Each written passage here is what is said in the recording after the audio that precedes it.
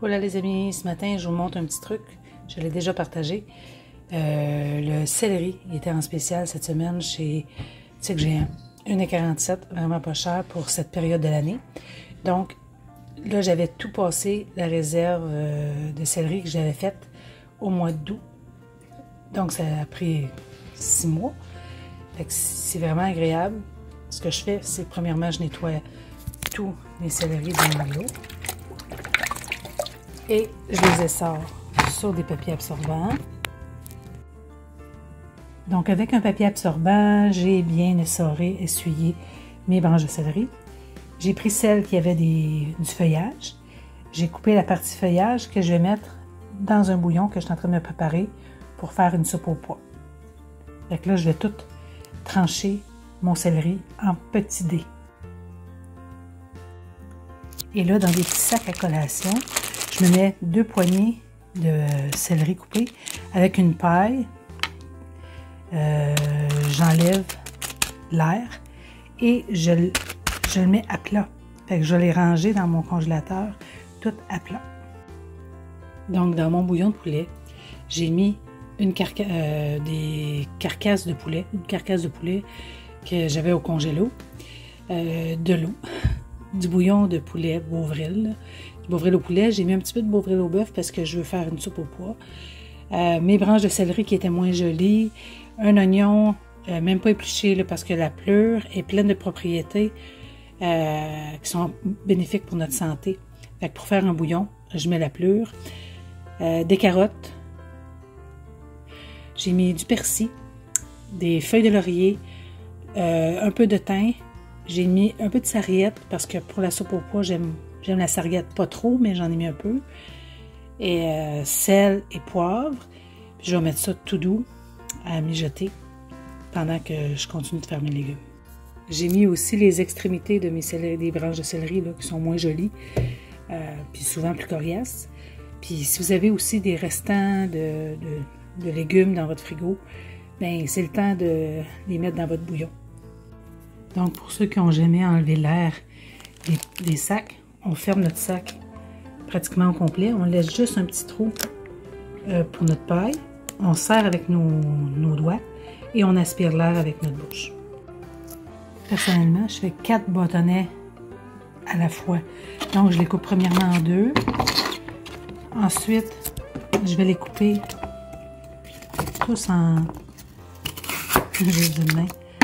petits bâtonnets comme ça. Je vais toutes les faire et après, je vais toutes les couper dans ce sens-là. Fait que ça va très bien.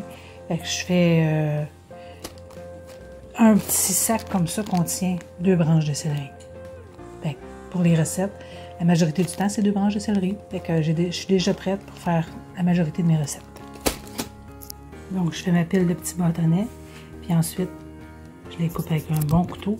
J'affile mon couteau avant de commencer pour faire des beaux petits cubes. Là, je les fais en brunoise, mais si vous voulez, vous n'avez pas besoin de les couper en bâtonnets. Vous pouvez juste faire des gros morceaux de céleri pour vos sautés. Mais personnellement, pour les sautés, je préfère prendre mon céleri frais. Ça, je vais m'en servir pour mes soupes, pour toutes mes recettes que ça prend céleri, carottes et oignons. Donc, c'est une belle façon d'être prête pour faire nos repas. Et là, je vais faire la même chose avec des petits oignons que j'ai achetés. Je garde les pleurs et je vais les mettre dans mon bouillon. Donc, je me suis fait des oignons et des céleris. J'ai fait quelques paquets en gros morceaux de céleri puis en brunoise. Ça me donne environ 11 repas de céleri. Ouais, 11 repas de céleri. Puis là, j'ai 6 repas avec d'oignons, avec mon petit sac d'oignons. Mais ça, il m'en restait. Il me reste des poireaux. Puis il me restait des carottes dans le congélateur. Fait que la semaine prochaine, je devrais me faire des carottes. Mais c'est une belle façon d'économiser parce que là, on a acheté nos céleris en spécial et en même temps de sauver du temps, de sauver de l'énergie parce que les parents qui travaillent, un exemple, ben vous pouvez faire ça un dimanche. Tu vois, ça m'a pris même pas 1 heure. Un dimanche après-midi, vous coupez tous vos légumes ensemble, en famille. Pas besoin d'être parfait avec les enfants. Puis dans la semaine, ben vous faites vos repas rapidement. Tu vois, j'avais fait du poivron rouge, du poivron jaune. Ça, il m'en reste encore. Là, tantôt, je vais faire mes pois congelés. Mais là, maintenant, je vais faire mes pois congelés, mon maïs, mes brocolis chou-fleur que j'avais achetés en spécial. Je vais faire des baguettes un peu plus gros. Je vais vous montrer ça.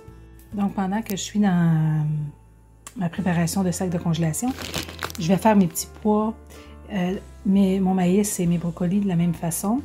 Ils rentrent une tasse par sac à sandwich. Je les mets tout à plat de la même façon. J'enlève l'air avec une paille. Et ça sauve l'espace. Ça sauve de la nourriture parce que souvent dans les sacs de congélation qu'on achète comme ça, il se forme de la glace. On prend le début du sac, on le passe pas, on le jette. Tandis que là, je l'ai éprouvé. À l'automne, c'est ça que j'ai fait. Et j'ai tout passé mes petits pois. J'en ai pas perdu. Fait que je suis vraiment contente d'avoir fait cette méthode-là. Puis je vais la conserver parce que quand ça ne nous tente pas de faire à manger, ben vite fait, on prend nos brunoises qu'on vient de faire, oignons, céleri, carottes, des petits pois. Je fais la même chose avec mon poulet cuit que je mets dans des baguettes. Et j'ai un repas, je rajoute juste crème de champignons, crème de poulet et bingo, j'ai un vol au vent au poulet dans le temps de le dire. Fait que pour ceux qui travaillent, c'est vraiment une économie de temps, d'énergie et d'argent parce qu'on ne perd pas de nourriture. Donc, à continuer de le faire pour moi et je vous encourage à le faire. C'est vraiment une belle méthode. Oups, il y a de la vapeur. Là, j'ai passé mon bouillon dans une passoire avec un autre chaudron et je vais faire ma soupe au pois. Donc, une prochaine capsule. Bisous.